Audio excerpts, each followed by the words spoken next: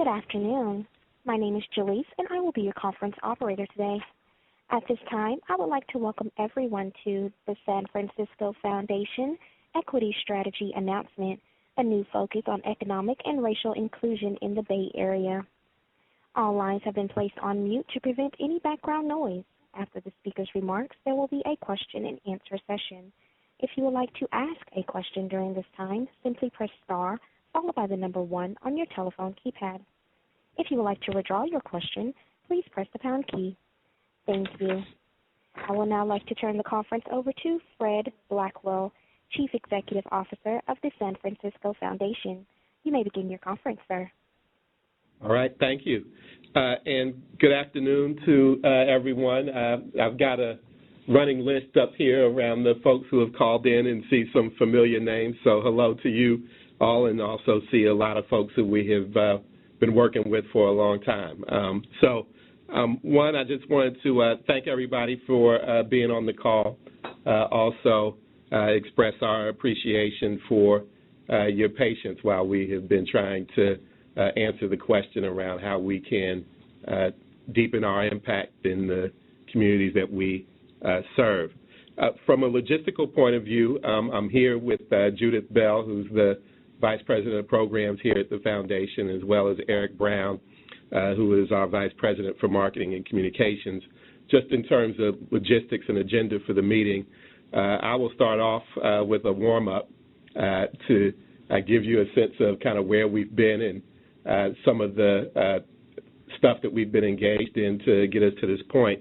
And Judith will be the main event where she will kind of give you a greater sense of kind of the deepening of the work and be able to describe where we are in more concrete terms. When she is done, Eric will kind of facilitate and moderate the question and answer period, and we plan to leave plenty of time at the end for that. Last thing I would mention is that I know that there are a lot of folks who will want to go back to their teams, their development staff, their boards as well, with kind of as much detail as possible around this conversation and how things are going to proceed.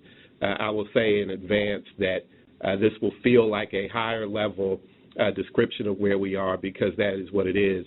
We'll kind of give you a sense at the 30,000-foot level where we are and what we're doing, but we also plan to follow up with much more detailed information on our website. We will have follow-up phone calls and things like that to give you a deeper description of kind of what the application process will look like, who the point people are for different bodies of work, as well as kind of deadlines and how we're going to be approaching things. So I will start. And just one of the things I wanted to mention was that when we've been engaged for a little bit more than a year now in kind of thinking about both what we want to focus in on and how we want to approach the work. And for all of that, we thought it was very important to be grounded in the experiences that people had at the community level and who were engaged in the work, as well as the data and what it was telling us about the Bay Area in general. So we started with a series of what we called kind of voice sessions, but it was basically essentially a listening campaign where we held town hall style meetings in Contra Costa County, Alameda County, San Mateo, Marin, San Francisco, and really asked people questions about kind of how they were viewing their communities, what the both positive and troubling trends that they were experiencing, and what they saw as some solutions to some of the challenges that were occurring at the community level. We followed that by actually inviting folks into the foundation. And so we had multiple conversations with policy people, practitioners, grantees, advocates, thought leaders, et cetera. And they were focused on kind of both retrospectively on our grant making over the last, 4 or 5 years and other activities that we've been engaged in, but also prospectively on the horizon, and in particular thinking about our role where folks thought we could have an impact. We did those sessions for each one of our grant-making areas, and we did it for a couple of our initiatives and programs, and we actually had one at the end that was mostly focused in on equity as the question of the day. After that, or actually during all of that, we were also collecting data. We worked with PolicyLink and the Program for Environmental and Regional Equity at USC to develop an equity profile for the Bay Area. We looked at the data. We looked at demographic trends. We looked at data disaggregated by income, by race, by geography, by issues such as health or education and economics and employment. And all three of those things, the sessions in community, the sessions that we had here at the foundation, and the data, kind of all led us to conclude a variety of things, but I would say the top level conclusion was that we are living at a time and in a region where there's a tremendous amount of economic growth and prosperity occurring, but the rising tide is by far not lifting all boats. And to put it even, access to that economic growth and prosperity and the opportunities that are associated with it for far too many people is being impacted by their race, their economic status, and where they live.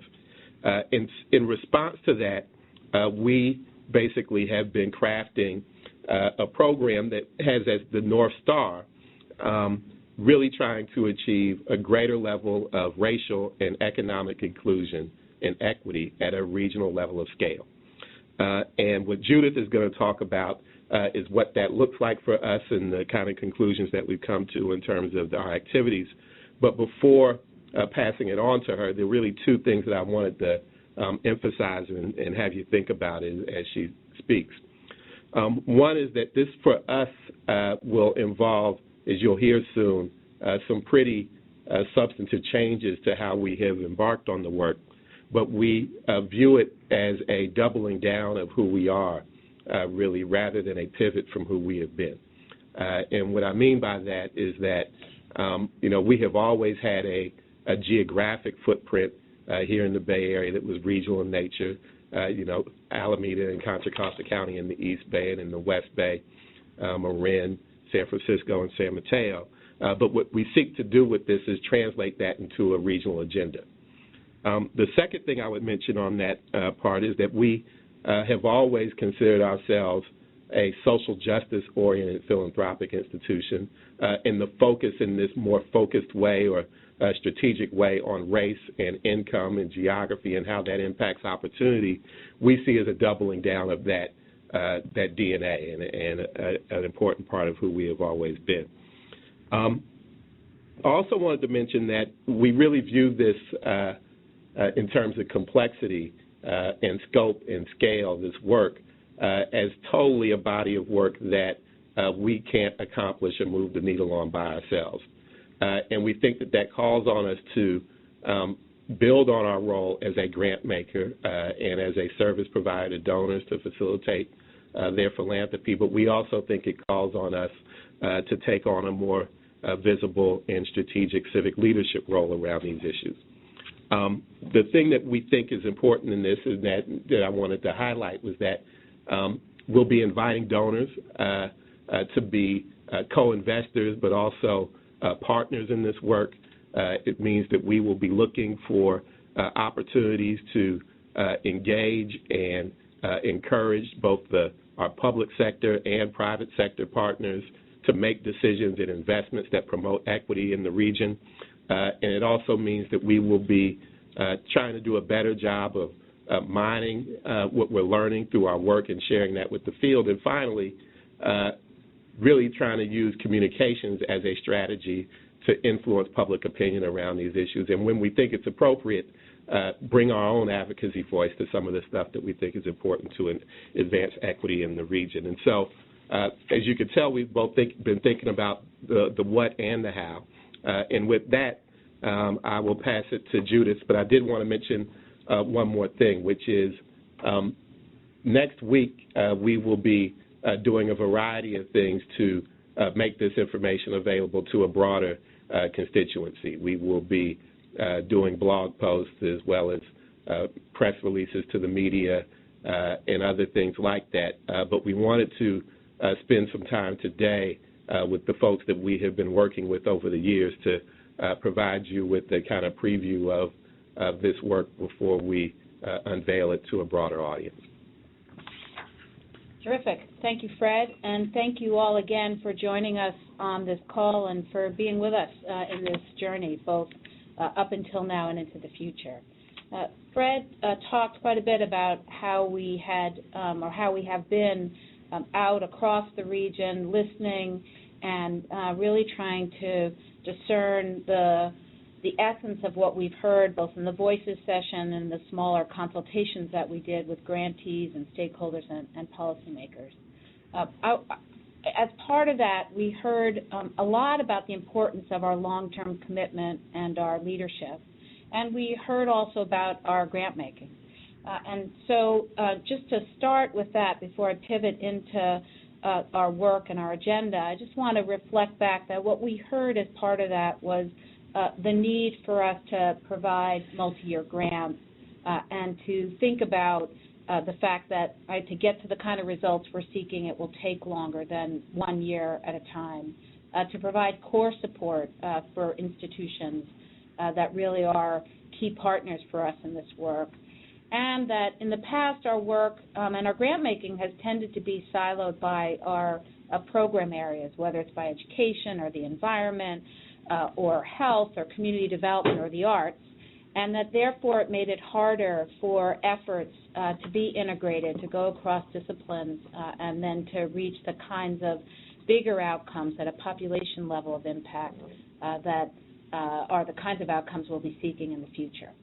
So we have taken that all into account, and you will hear as we move forward the kind of grant making we intend to do. Let me just say one other thing, which is the other thing that we heard, and we hope we will continue to hear from you, is how to make our grant making process better, how to make it more efficient and more streamlined. And so we're taking those suggestions and thinking about how to incorporate them as our program unfolds over the next several months.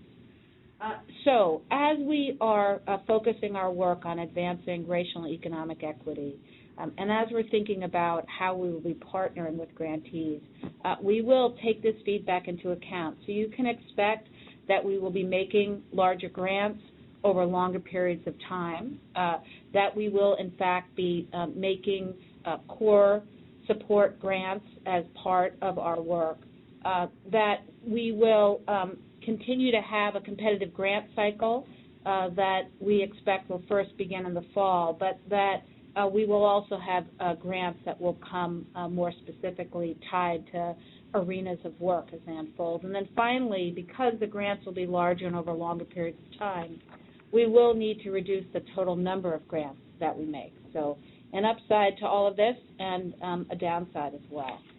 So we will be incorporating a lot of our existing work into what we are calling our pathways. These are the pathways, the directions that we discerned as we thought about the data and the voice sessions, all the things that Fred was just describing. As we thought through all of that, and then as we sat back and said, okay, given our history, given our work, what can the San Francisco Foundation best do to contribute to expanding racial and economic equity across the region?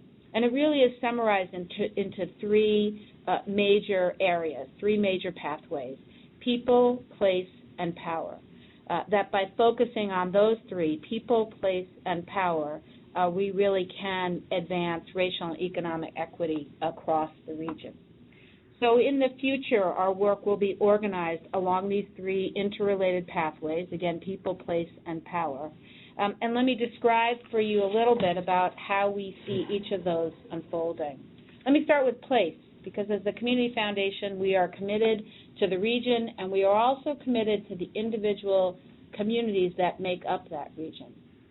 So for us, place is a commitment to the diversity of communities in the Bay Area, communities that are really defined by race, by culture, that in many cases have long history, that have people connecting and feeling like they belong in their communities, and even when they move away, wanting to stay connected to those communities in many different ways. So for us, as we think about those communities, we think about them as anchoring communities places that really reflect people's culture and identity. And our work going forward, we want to make sure that as new investment, as needed reinvestment in these communities happens, and as community residents identify what those investments should be, that they are investments that are made in ways that allow residents to stay and benefit and are able to connect to jobs, able to hold on to or gain affordable housing. These are all the ways we're thinking about our work in community. And so for us, anchoring communities is both about the individual communities across the Bay Area and collectively about how those communities form the region with the diversity and vitality that we all treasure so much and benefit from. So that's our notion around place. In terms of people, we really think about it in the context of how to expand access to opportunity, how to make sure that people have access to the jobs that they need, to housing, to transportation that can connect them to opportunity. And first, in order to do that, we really know we have to remove systemic barriers that exist because of race and racism and that hold people back from getting the training and the education and really the access to opportunity that they need. And then in the context of work, we need to think about how do we raise the floor? How do we allow people to have better access to economic mobility so they can travel up the ladders of opportunity in a way that will allow them to have a living wage, a sustaining wage for themselves and their families and their communities? And then how do we make sure that the infrastructure, the transportation, the transit, the governance, the planning, all those pieces that are fundamental to allowing people to have access to opportunity, how do we make sure that they are focused around race and equity and really are expanding access to opportunity? So that is our people pathway and gives you a sense of what we see as being included in there. And then as we reflected on what would be needed to achieve the kinds of changes that we're seeking, we recognized that we really needed to be thinking about power. And interestingly, what we heard in the voice sessions and in those smaller sessions, what we heard from grantees, from stakeholders, from policymakers was how important our history of supporting social justice movements had been and how important it would be for us to expand that focus. So our focus on power is, in fact, about nurturing equity movements, thinking both about the institutions and the organizations that need to be there, ones that need to be there in community and the infrastructure and organizations that need to be there across the region, as well as the individual leaders, leaders that we hope to help build their own sense of leadership and direction, and for whom we know will be critical to be able to bring them together, allow them to connect with residents and with communities so that together the organizing and the voice and power of residents can be brought together to get to the transformative changes we'll need to advance racial and economic equity across the region. So that is our definition of power. And next week, as you heard Fred mention, you'll be able to find the information about each of these pathways, the pathways of people, place, and power on our website, and it'll be reflected in the program section of the site. I want to underscore something that Fred also said about how much we view this as a learning process. You know we cannot solve these problems. We cannot get to the outcomes that we're seeking unless we work together, unless we continue to learn both with you and from you. And so we are looking forward to that and are looking forward to your feedback and your continued partnership along the way.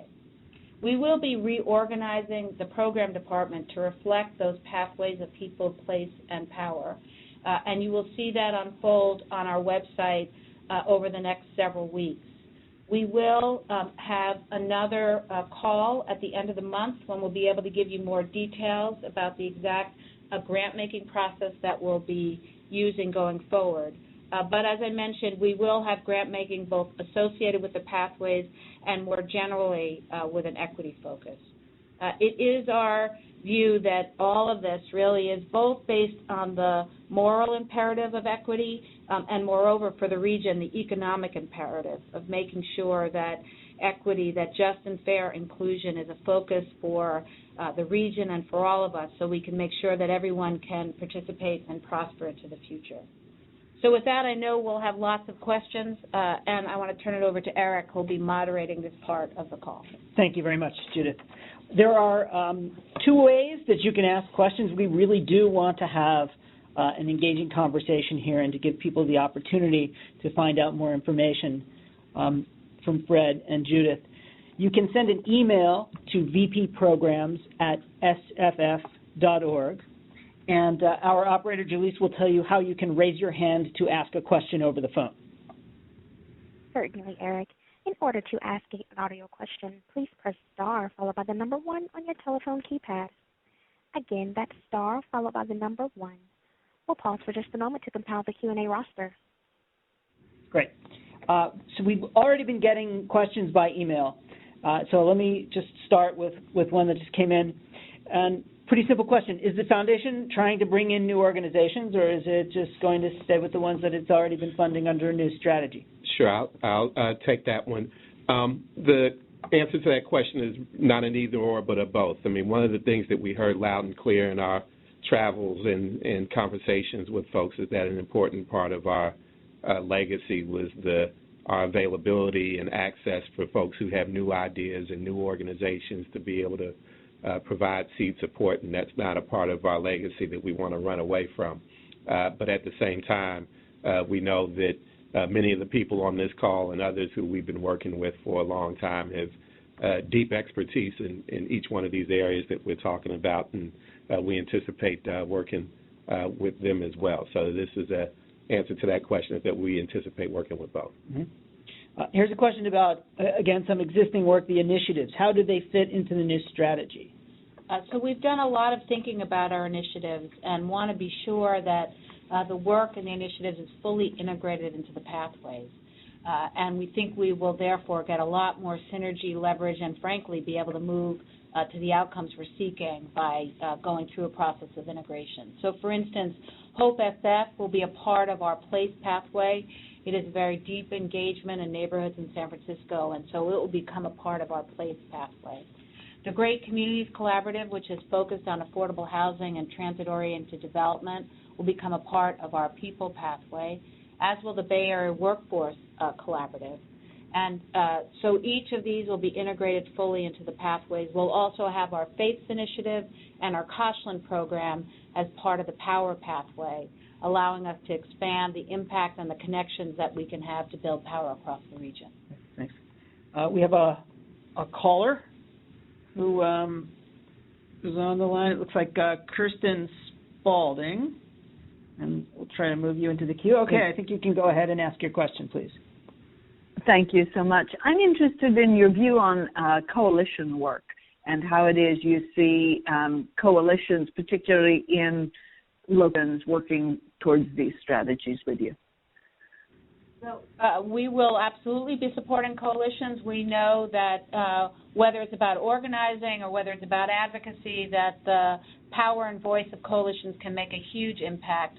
And we know that a lot of this work will require policy and systems change that really will require these kinds of connections that come from coalition building. So, yes, you can expect us to do a lot of supporting, nurturing, and working with coalitions.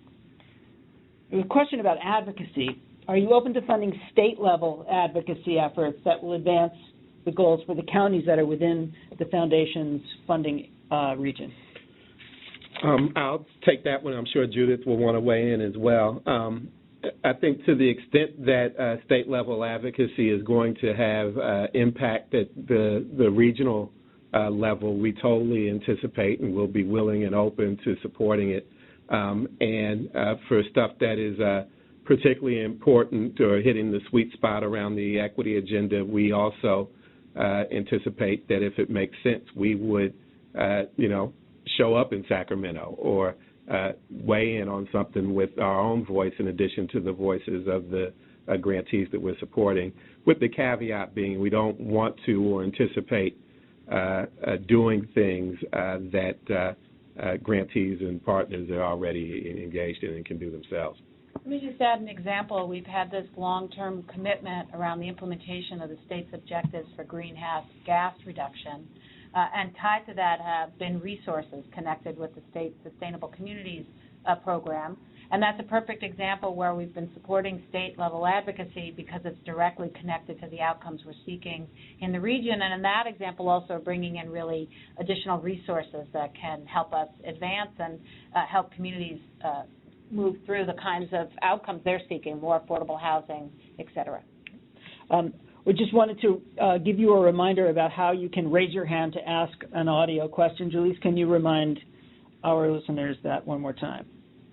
Certainly. In order to ask an audio question, please press star followed by the number 1 on your telephone keypad. Again, thank you very much. Followed by the number 1. Great, thanks. So we got a number of questions around specific areas of work. I thought I would just bundle them together into one question. You can take them however you like. There are questions about what will happen to the following strands of work: arts funding, education programs. Actually, we'll just pick those two. Okay, I'll start on those. So in the context of the arts, we know how critical the arts can be actually in all of the different pathways. But in particular, I'd lift up the fact that the arts can be particularly powerful around power. As you think about historical movements, you can think about both the posters and the murals and the songs and the performances that really helped you and broader folks engaged in movements to connect and to advance their agendas. So we know that art in the context of power can be critical. And then art is one way that people feel that they belong in their communities. And so we expect that art will appear across our different pathways and certainly appear in the context of place and power. And I would just make a general statement around kind of this shift, and that is that while we are, as Judith said, going to be organizing ourselves around the pathways that we've described and not organizing ourselves around the prior issues that were front and center, that does not mean that those issues go away.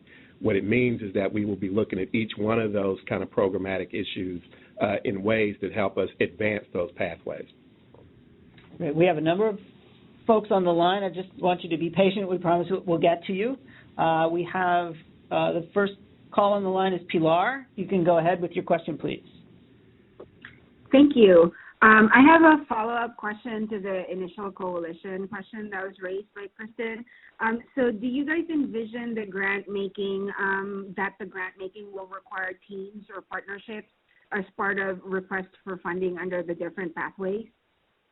No, not necessarily. Could be to an individual organization, could be to a coalition, could be to a team. We do not have an opinion on that topic. It's all about what the outcomes will be associated with the work it requires. I've got a number of questions about sizes of grants and things. Is there a range of the size of grants that are going to be available? And can you speak a little bit more about general operating support? So we don't have a particular range, although we do expect that the average grant size will be larger than it has been in the past. And then we do anticipate, as I mentioned earlier, doing quite a bit in the arena of core support. We have had that in the past as an option, and we expect now it will be a bigger option in the context of what a portfolio of grants will look like. Here's a question about how direct service organizations might fit within people, place, and power. I'll take that one. I think that there is a fit, and I think it will depend. I mean, we will be, frankly, looking for ways to support activities and proposals that have a high level of impact at a level of scale that really matters. And what that means to us is that for direct service organizations and folks who are engaged in programmatic work, not only will we be looking at what that programmatic work is and its effectiveness, but for those that are effective, we will be asking questions around what are we learning that can translate into policy changes that can take promising efforts to a level of scale that is greater than what would currently occur just through direct service alone. So I think that would be the best way to characterize it. And we have a caller on the phone. You can go ahead, Galen, and ask your question, please. I'm sorry, had it on mute. First and foremost, let me apologize ahead of time. I missed Fred's opening comment, so if you touched on this, please forgive me. Two-part question. The first one is, will there be an openness, more of an openness to providing capital campaign support so that nonprofits can purchase their buildings that they're currently operating out of? And then the second part of that is, will there be more of an emphasis placed on helping agencies become more self-sufficient economically by starting businesses and creating more social enterprises? Thank you. Great questions. On the first question around capital support, one of the things that we didn't mention in the overview was the existence of our program-related investment program, and that is where we are able to provide lower interest loans to folks that have capital needs, whether they are for purchase or for housing production or for other things that are of that nature. We do not opening up the kind of discretionary grant making for capital opportunities, but we will also, and the last thing I will say about this, and this is kind of gets to our partnership with our donor community, we often have donors who have an interest in capital campaigns and supporting that kind of work, and we will be looking for opportunities to engage our donor community in kind of capital investments that advance the equity agenda. To your second question around, I think it was around business entrepreneurship. Business entrepreneurship. That will also be something that is open for us. I think on the PRI side or the program-related investment side, we've already been utilizing that in that way for some cases when it's coming to job creation and other things. I would also say that as part of kind of moving the ball on the access to opportunity side, nonprofits that are running businesses and social enterprises as a way to provide people with work experience and things like that is something that's very much on our radar screen. Here's a question about grant process. When will you be inviting proposals under the new strategy, and what's that process going to look like? So we'll have a call at the end of the month when we'll be able to give you more details about, more details to answer those questions about timing, about the different processes we'll use. We will have multiple ways for you to connect with us and to make requests. We have another caller on the line. You can go ahead, Cheryl, and ask your question, please. Hi. Yes. I guess my question is just about the mention of infrastructure and how much you plan to invest in, like, building the capacity of some of the people who are on the ground doing the work and needing support. Yes. I'm glad you asked that question. So we do anticipate capacity building, particularly from the standpoint of building individual leadership, and that will primarily be in our power pathway. And we are already starting to think about different ways to make those kinds of investments and make that kind of work available across the region.